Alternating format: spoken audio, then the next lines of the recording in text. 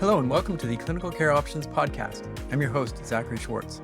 In today's episode, we discuss the most recent developments in primary biliary cholangitis treatment from DDW and EASL 2025. I'm joined by Dr. Palak Trivedi at the University of Birmingham in Birmingham, England. For more information on Dr. Trivedi and to follow along with the slides, please visit the show notes for this episode. Now, let's get started. Hello, everybody. My name's Dr. Palak Trivedi. I am an academic clinical hepatologist in Birmingham, United Kingdom, and I'm going to present a rapid roundup of key studies relating to primary biliary cholangitis, or PBC, from the European Association for Study of the Liver and Digestive Diseases Week 2025. So the first abstract, or couple of abstracts, relates to concomitant metabolic dysfunction-associated steatotic liver disease and PBC. Does this matter? Does it influence long-term outcome? So the global PBC registries provided lots of important insights into the clinical course that patients experience, both with regards to biochemistry and predictive value. One lingering question relates to how the emerging obesity pandemic and consequently the coexistence of steatotic liver disease may impact the long-term outcomes of patients with PBC. So in a subgroup analysis of individuals from the global PBC registry who had at least one HAP score reading from transient elastography, clinical outcomes were compared between those with steatotic liver disease and those without steatotic liver disease. The baseline characteristics between the two groups. As one would expect, the BMI fell well into the obesity range for those individuals with steatotic liver disease associated with PBC. They had a greater proportion of individuals with more than 1 in 4 having diabetes and almost 50% of them having hypertension. However, when you look at other parameters regarding the liver stiffness values, whilst it was not powered to detect a difference, you can see that both values appear more similar between those with and without steatotic liver disease.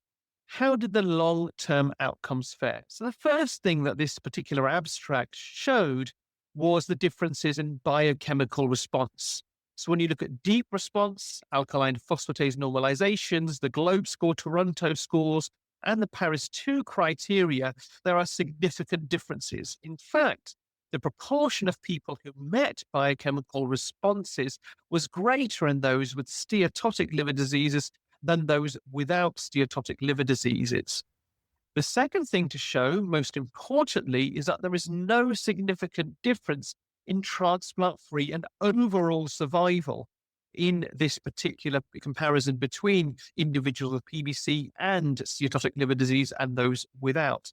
What this means is that while steatotic liver diseases are an increasing burden in individuals with other forms of autoimmune liver injury, at the moment, the data suggests it does not impact long-term clinical outcome, at least for PBC patients. And in fact, the probability of these individuals attaining biochemical response may be slightly greater than individuals without concomitant MASLD. So sticking with PBC, and in this case in transient elastography, what this particular study looked at was two main things. The first thing was disconcordant versus concordant biochemical responses versus vibration-controlled transient elastography responses. So how are the outcomes different in people who have a concordant response, i.e. both according to FibroScan scores and biochemical, those with discordant responses, but also, importantly, looking at the latest FibroScan score value rather than ones just captured at baseline and following a few months or 12 months on therapy. So tapping into available data from the global PBC registry, it captured analyses from 1,793 individuals with at least 2 FibroScan measures at least 6 months apart. And we've put the denominator there from the global PBC study group for reference too. It did exclude people who already experienced a clinical event, and the primary outcome was time to first hepatic decompensation, examined in the 4 groups, individuals who have Paris 2 criteria fulfilled but with an elevated or a FibroScan score value above 10 kPa or a FibroScan score value below that threshold. Similarly, in those individuals who did not fulfill Paris 2 criteria, you can see here that the FibroScan score adds prognostic utility no matter what the biochemical responses are. When you flip things in the other way and you look at discordant and concordant responses, and just for a reminder, this means that people can either have a biochemical response and a sort of a FibroScan score response versus a discordant response. This opens up discussion as to whether we should be using the latest FibroScan score value rather than just one obtained following a year versus on first-line therapy, to indicate whether people should start second-line agents such as the novel PPAR agonists that are emerging for use in clinical practice. So I've alluded to some of the emerging PPAR agonists, elafibranor, seladelpar, which are now licensed for use in many countries, such as the United States, and we now have access to them in the United Kingdom and certain other European countries. So the RESPONSE study, which was a registrational phase 3 program of seladelpar, and the ASSURE study, which is ongoing, which is an open label extension for in recruiting participants from prior seladelpar trials, including RESPONSE, but also other programs, have started to present some of their interim analyses, including that which was presented at the EASL International Liver Congress. Now, we are mindful of data that's already been presented in this regard, showing that long-term seladelpar therapy leads to sustained reductions in alkaline phosphatase values over the course of time. But rather than just looking at alkaline phosphatase in isolation, does it lead to a meaningful reduction in risk quantified by the GLOBE score? The GLOBE score is a quantifiable estimate of long-term transplant-free survival. The lower the value, the better the clinical outcome in our patients. In the RESPONSE trial, as you would expect, because of the reductions in alkaline phosphatase predominantly, the GLOBE scores fall quite rapidly with a sustained reduction in actively treated patients. In the rollover, the open label extension, people who have gone into ASSURE, including those in the placebo group who rolled over to the active treatment, you can see a rapid sustained reductions in the global PBC score up to 24 months. Now, whilst the number of people who have got to this 2-year time point are very small, more and more data will be captured. It is encouraging that it is not just going to be a reduction in one particular parameter, but in the overall GLOBE score. So there is a quantifiable reduction in estimated transplant-free survival. We need data on long-term transplant-free survival to be captured, but this is an early, very encouraging sign through GLOBE score data. So the other PPAR agonist which has emerged into the market, which is now routinely used in clinical practice for biochemical non-responders to first-line ursodeoxycholic acid, is elafibranor, which is a dual PPAR alpha delta agonist. Now, much like the RESPONSE study, ELATIVE was the registrational phase 3 trial of elafibranor in PBC. Now, what both drugs have shown are sustained reductions, early reductions in alkaline phosphatase values and improvements in other biochemical parameters. We recognize that there is a reduction in either itch severity as well as in the impact itch has in the quality of life, depending on which of the two drugs we are talking about. What none of the drugs to date have really presented is impact on other domains. So this is a subgroup analysis of individuals from the ELATIVE trial, and it includes individuals who had moderate to severe fatigue at baseline. And what it looked at was the minimal clinical important difference in percentage terms. And you can see participants with improvement of a minimal clinically important difference in the elafibranor arm was more than twofold greater compared to those individuals treated with placebo when we use a fatigue shortfall 7A. And similarly, when we use the PBC 40 fatigue domain, 40% of people attained a minimal clinically important difference in the reduction in fatigue severity compared to 27% in the placebo-treated arms. And These individuals, if they were on URSO at baseline and entry, they continued on. There was a very small proportion of individuals in the ELATIVE study who only took elafibranor because of URSO intolerance. The key message here is that that elafibranor treatment was associated with a reduction in fatigue severity. Now, I've already mentioned pruritus. The next question is the reduction in pruritus this impacting the reduction in fatigue and vice versa? So whilst we await subgroup analysis purely in the group of patients who had fatigue without pruritus, we are able to perform some correlation data.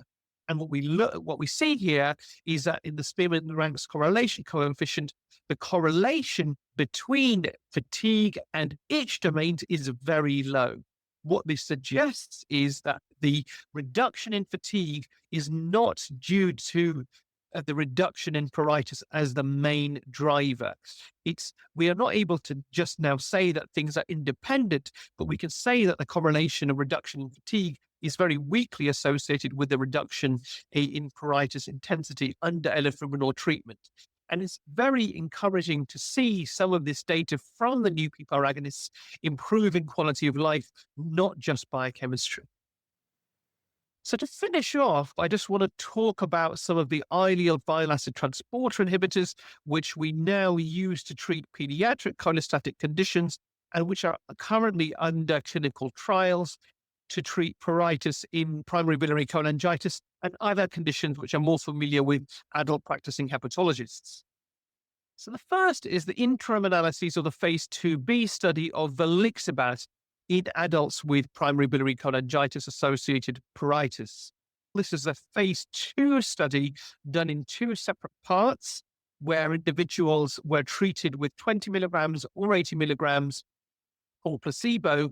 And then the part 2 was a confirmatory trial, which is selecting the 20 milligram dose versus placebo, which will then roll over to an open label extension. So this is interim analysis of this phase 2 program. The primary outcome measure here was a mean change from baseline to week 28 in the daily itch score measured by the ITRA questionnaire, a validated patient-reported outcome tool. So in the VANTAGE study, the primary outcome from this interim analysis across the 2 doses that I mentioned in part 1, you can see that both doses led to a significant reduction in the ITRA score that is significantly different compared to the reduction seen in the placebo arm. Now, when we look at the rapidity of reduction and the durability of reduction right through to week 28, you can see that the reductions at itch in the active treatment arm start, they continue, and increase over the duration of treatment. If you compare this to other agents that we currently have available for routine use in clinical practice for treating cholestatic itch, these IBAT inhibitors seem to have a long-lasting durable effect that continues, and perhaps with the eye of faith, and this needs to be borne out in larger studies with increased numbers of patients, increases over the course of time much more than you see with placebo. So very encouraging data from part 1 of this interim analysis in the VANTAGE trial. So more important, at least to me, than efficacy is safety. And there are no new safety signals encountered using these IBAT inhibitors in the interim analysis of the VANTAGE clinical study. The proportion of adverse events between the groups is fairly similar. When it comes to any serious TAEs, the numbers here are very small, 1 person in each treatment group and placebo groups. Any serious TEAEs related to the study drug are 0 across the board. Any TEAEs leading to treatment discontinuation, 1 person in the 20 milligrams group, 1 person in the placebo group. And so it's very similar across the board. This is now the results of the phase 3 program of linerixibat, which is GSK's IBAT inhibitor. It was a 1-to-1 randomization of linerixibat versus placebo. And then at week 24, there was a crossover period, which I'll come to talk about thereafter. And the primary outcome measure was a 6-month change from baseline in the monthly itch score measured by the numerical rating scale. So the first thing to say is there are rapid reductions in pruritus in the active treatment group, significantly greater than we observe in the placebo group. Now, this study not just highlights the significant differences, but also the challenge in performing long-term anti-itch trials. What you see here is a large placebo response rate with regards reduction in itch, whilst it was significantly less than the itch response rate with linerixibat. It does call into question whether participation in a clinical trial, increased attention from the clinician to patient, reassurance, observations is also associated with improved quality of life. That's beyond the scope of discussion of this abstract. But importantly, the reductions in itch under linerixibat treatment were significantly greater. The most eye-catching thing here is the crossover period. You can see that when people crossed over at the 6-month time point, itch severity rapidly rose in people who went into placebo and fell in the placebo-treated patients who received linerixibat. And whilst we are always mindful about using terms of causation versus association, this to me certainly is very compelling for causation when it comes to the crossover period. And it's useful to have these agents entering the market hopefully soon, because I'm mindful that GSK have certainly filed their new drug application with the FDA, and I'm hopeful for a positive decision in Q1 going into Q2 of the next calendar year. So akin to the data from Vantage, it's important to talk about the safety data from the GLISTEN trial. Now, one of the common, well-recognized side effects with ileal bile acid transporter inhibition is diarrhea. Most often, this is an increase in stool frequency rather than anything more problematic. In fact, the data from the pediatric literature shows that people who respond to IBAT inhibitor therapy with regards reduction in itch are more likely to experience diarrhea. What that means is that if diarrhea is going to happen, then itch is more likely to be responding to therapy. And as we see in the GLISTEN data, similar to the Vantage data, albeit more in volume, there was no significant, no new emergent safety concerns from the GLISTEN program. We do see increased rates of loose stools, diarrhea, more frequent stools in actively treated patient groups. Importantly, this was reported by the clinician in a very transparent manner without any new concerns that may be causing more bowel harm. We do need to await long-term safety data with any IBAT inhibitor, all IBAT inhibitors, as they enter routine use in clinical practice, particularly as there is some biological data to suggest that increased bile acid load to the colon may lead to inflammation, dysplastic and neoplastic change. That is theoretical. It is not something that's been borne out so far in real-world studies. So we await further data from all the IBAT programs in PBC and other cholestatic conditions. So the key points to take away when it comes to response and assure, seladelpar treatment is associated with greater reductions in the GLOBE score well throughout 2 years, primarily driven by its impact on alkaline phosphatase values. Elafibranor certainly seems to be associated with improvement in moderate to severe fatigue in subgroup post-hoc analyses. And it's very nice to see the IBAT inhibitor data coming out from both Vantage and GLISTEN programs. And hopefully these new tools in our armory will be life-changing for our patients with regards to treatment of pruritus. Thank you, Dr. Trivedi, and many thanks to our listeners for joining us. As a reminder, to view the full program, click on the link in the show notes. And to get access to all of our new podcasts, subscribe to the CCO podcast on Apple Podcasts, Google Podcasts, or Spotify. Thank you, and we'll see you on the next podcast soon.